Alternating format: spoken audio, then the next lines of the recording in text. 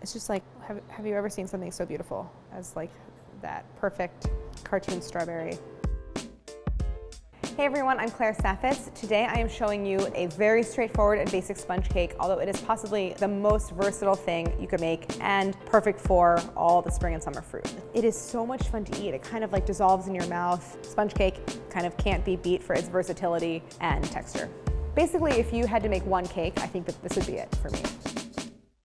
I was telling Cece while you guys were out getting coffee that this recipe almost broke me. This one was weirdly the hardest one of all of the recipes. I was a little cocky by this recipe. I was like, I did croissants, I did bagels, I did sourdough, like how hard is a little sponge cake? Well, the answer is very hard and complicated, and I made this recipe so many times. This is a recipe that's very simple in terms of the ingredients that it involves. It's like eggs and sugar and flour and like not much else. But because of that, each individual ingredient and the proportion is so important and makes such a difference. But I think that where it ended up is a place that is very achievable, very makeable, and not intimidating, and that was my goal. So this recipe makes enough batter to bake a nice tall 9-inch cake or a jelly roll pan. So I'm going to show you first in a 9-inch springform pan. This recipe needs friction and contact with the pan in order to fully rise in the oven and not collapse. So I'm not going to grease it, and I'm not going to line the bottom either. That's important as well. I have my oven on 325 with a rack in the center. One thing I hate doing is using my stand mixer and whipping egg whites in it and then having to transfer those egg whites into a different bowl and then cleaning the bowl and then whipping something else. It's very annoying to me. So for this recipe, all you need are 2 medium bowls, preferably one that's sort of wide like this, and a hand mixer with your beaters. It's pretty important for this recipe that your eggs are room temperature.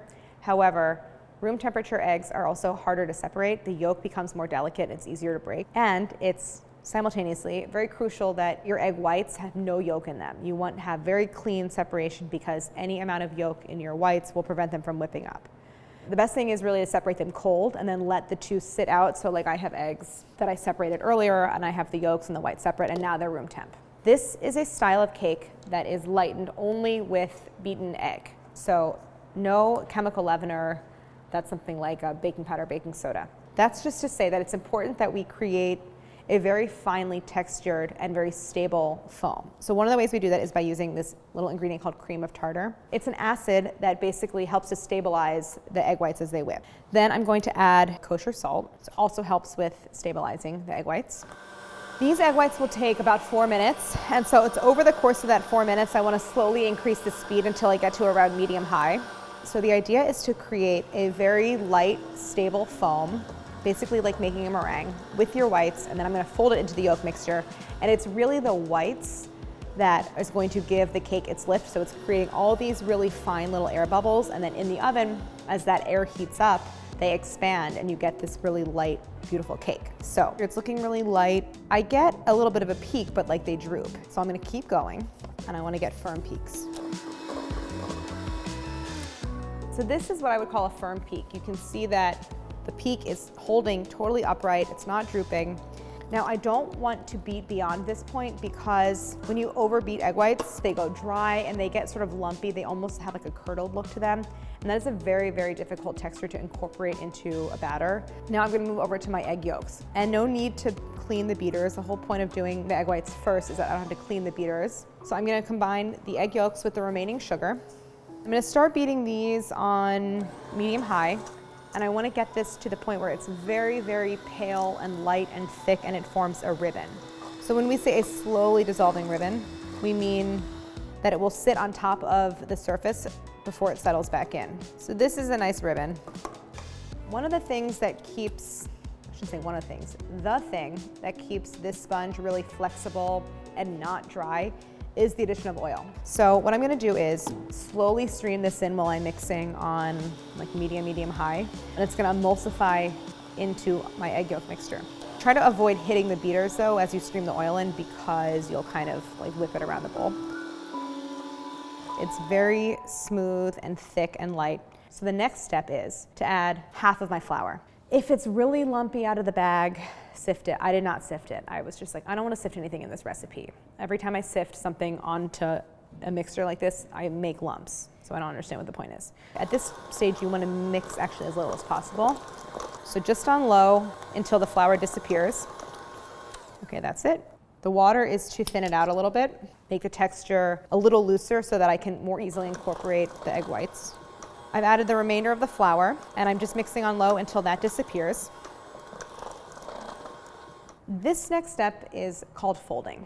Folding, anyone is a Schitt's Creek fan? Can I say Schitt's Creek on camera? Folding is a means of mixing something very gently. Obviously, that's what we want to do here because we don't want to deflate and liquefy the egg whites, otherwise our cake will bake flat and dense. Use a nice wide flexible spatula if you have one, and it basically is taking what's on the bottom of the bowl and moving it to what's on top. And that is basically combining what's in the bowl in a gentle way. And then once I see that they're well incorporated, I'm going to add half of what's remaining, which is basically a third of the total still. These are incorporating very easily because I didn't overbeat the egg whites. If you were to have overbeaten them, this would be hard because you would get like pockets of egg white that don't want to incorporate. So it's a little streaky, but I'm going to go ahead and add the remaining third of my egg whites. And the idea here is that you are incorporating these as effectively as you can, but with mixing the least amount possible. You can see that the whole thing is like super moussey and light. So I'm going to fold this until it's completely streak free. So this is ready to go. I'm going to grab my pan and I'm just going to pour it in. And then this pretty much settles, but I'm going to use an offset spatula to just smooth out the surface. And now the last step before I bake is I'm going to tap this on the counter once or twice, pretty firmly. And basically this is going to pop any really large air bubbles. This looks good. I'm going to put it in the oven, 325. Don't open the door, especially not in the first 20 minutes of baking, because it needs that really consistent, strong heat to rise to its full potential. One of the sort of essential things you can do with sponge cake is to make a roll cake or a roulade or Swiss roll, whatever you want to call it. And I tried a quarter sheet, a half sheet, a 13x9, and really the perfect size is a special pan called a jelly roll pan. Although I think a lot of people probably have them anyway without knowing, but basically it's a 10x15 pan. It has 1-inch sides. It was literally a pan designed for a roll cake, so no surprise there that it works really well. I do want to line this with a little parchment. So what I'm going to do is take some oil and I'm going to brush only the bottom, not the sides, with some of the oil. I'm not really greasing it. All I'm trying to do is create a surface for the parchment paper to stick to. And then go ahead and smooth it to eliminate any air bubbles. That same recipe with the 4 eggs and the 2/3 of a cup of flour and all that, that is the perfect size for this jelly roll.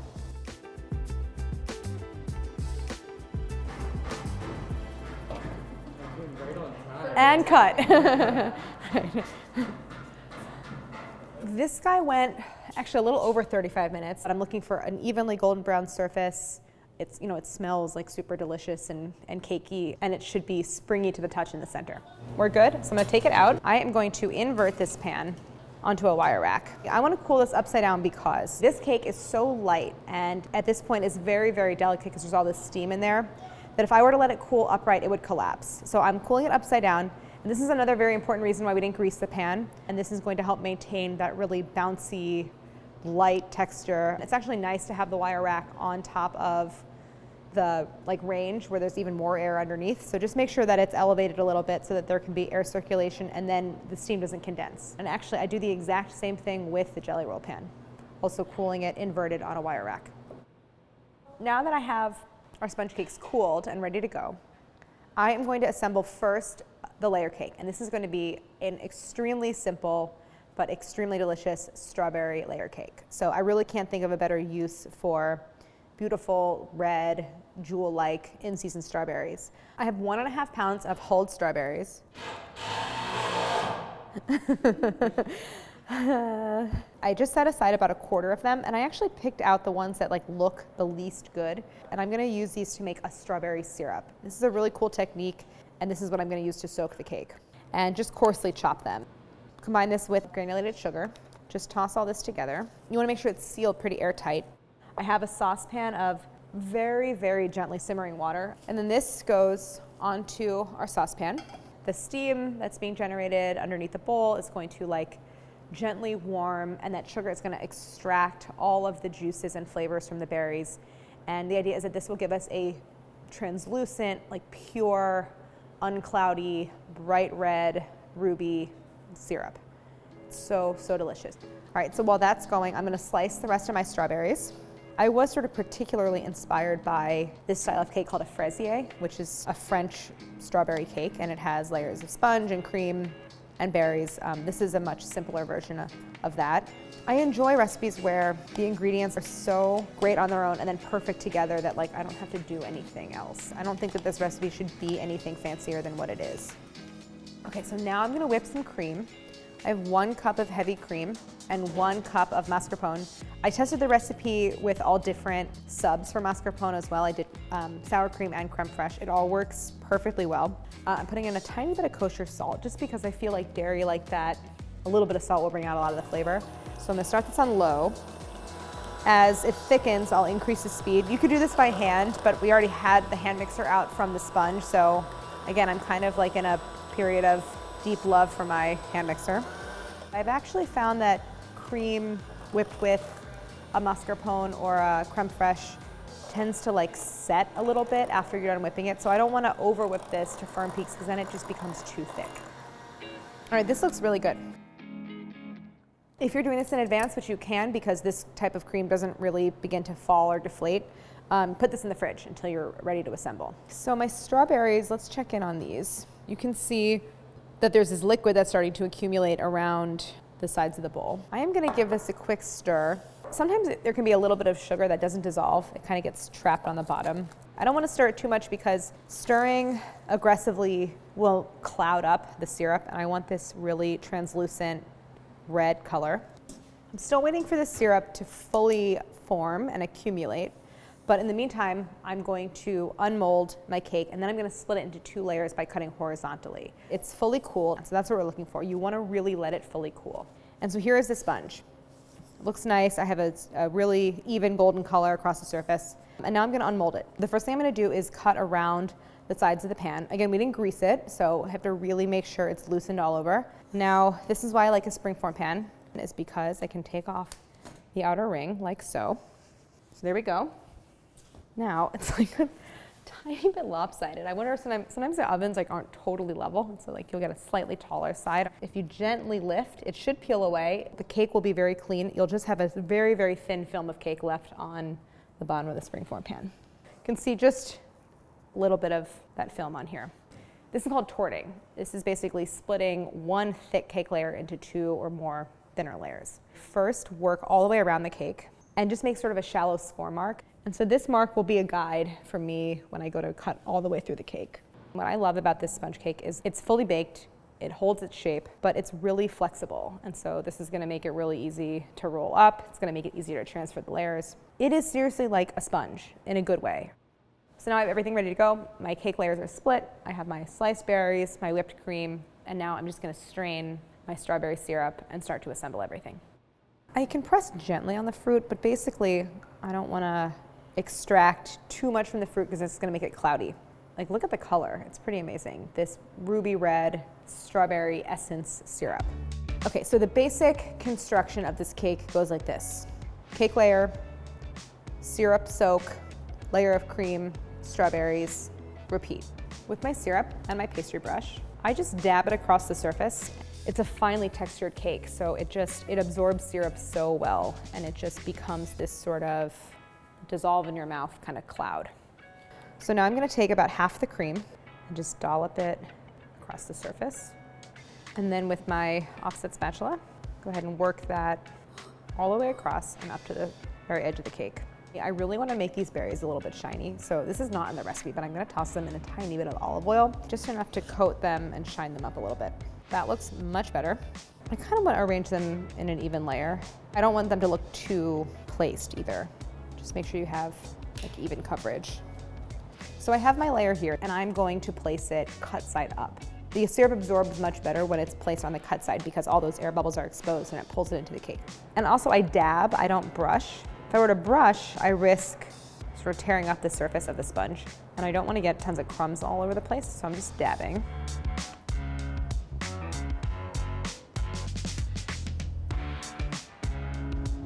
Now just top with the remaining strawberries. I don't want to over soak the cake. I don't think that there's much of a risk of that with this, but I like having like little dribbles of it down the cream or something. As much as I want to cut into this, I am going to actually put it in the refrigerator because I still want to assemble the raspberry roulade, and then we'll come back and take a look at everything and give it all a taste. I'm using the same basic like principles and philosophy that I use for the strawberry cake on the raspberry roulade, which is simplicity. I just want it to really be a showcase for the berries and the flavors and the cream, and so it's a really, really simple construction. One thing I want to do though before I start to put it together is to get the sponge trained to be in that spiral. Here I have this gorgeous, really flat, level sponge. So I'm going to cut around the sides. I have that piece of parchment paper down underneath. I have a clean kitchen towel and I'm dusting it with powdered sugar. This is to prevent any sticking. Carefully invert the cake and it should come right out. Then you can peel off the parchment. I have it upside down because this is going to be more absorbent. So this is the side we want to fill. So I just fold up this one side of the towel. And I'm not going to roll it tight, I'm just going to roll it loosely. And again, this is to like train the cake so that it's easier to roll up when I've added the fillings. So I'm going to put this off to the side. There's a raspberry layer and a cream layer. So for the raspberry layer, it's extremely simple. It's just some fresh raspberries mashed together with some raspberry jam. I like the concentrated and sweet tart flavor of the jam, but I also like the fresh flavor and texture from the actual berries. All right, even though I was singing the praises of the hand mixer, I don't really feel like washing the beater, so I'm gonna whip this by hand. But it's pretty easy because it's not a really large volume of cream. And same thing, a little pinch of kosher salt. And because of the powdered sugar that I'm using in the rolling and then the finishing of the cake, I'm not adding sugar to this cream. I really want to get the hand mixer out now. Sorry guys, I gave up. It's just a question of like which form of laziness wins out. The laziness of whipping the cream by hand and the laziness of washing the beaters. I'm gonna take this cream all the way to firm peaks. I needed to have a little more structure than it did for the strawberry cake because I really want the roulade to hold its shape and I don't want the cream to get squished out the sides.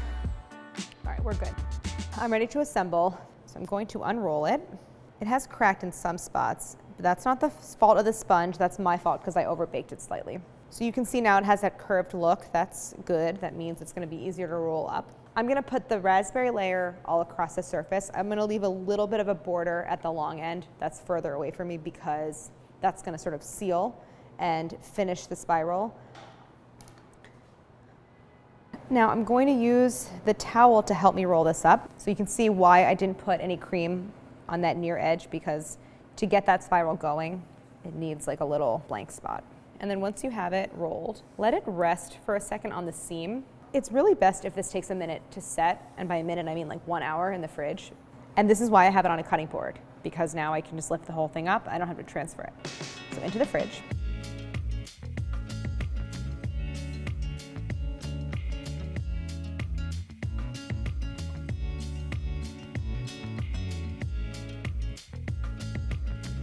I think I'm gonna start with the roulade.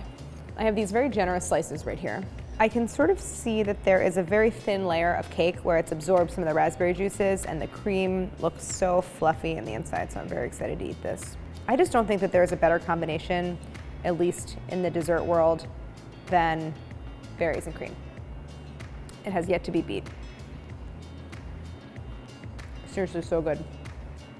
I have to get it far away, so I'll eat the whole thing. But delicious, and now I'm gonna try the strawberry cake. I know that sponge is really well baked. We have that strawberry syrup and just incredible fruit on top. The way that like the layers all kind of seamlessly meld together, it is so good. This is maybe my ideal of a cake. It's delicious. Damn, it's so good. What I love about the recipe is that once you get that technique and you get a little familiar with it, and maybe you make a roulade, you make a 9-inch cake, you can use it for endless other purposes. Into a birthday cake with just some chocolate frosting in between the layers. Seriously, just serve it on its own with like a little whipped cream. It manages to stand alone and be delicious, but also help to show off all these other flavors and ingredients. So I think it's a great way to close out. Try this at home, at least for now. It's been really fun to show you these sort of fundamental pastry recipes and bread recipes, from like, a simple sponge cake to the most complicated French classic croissant. So it's been a pleasure to teach you these recipes, and thank you for watching.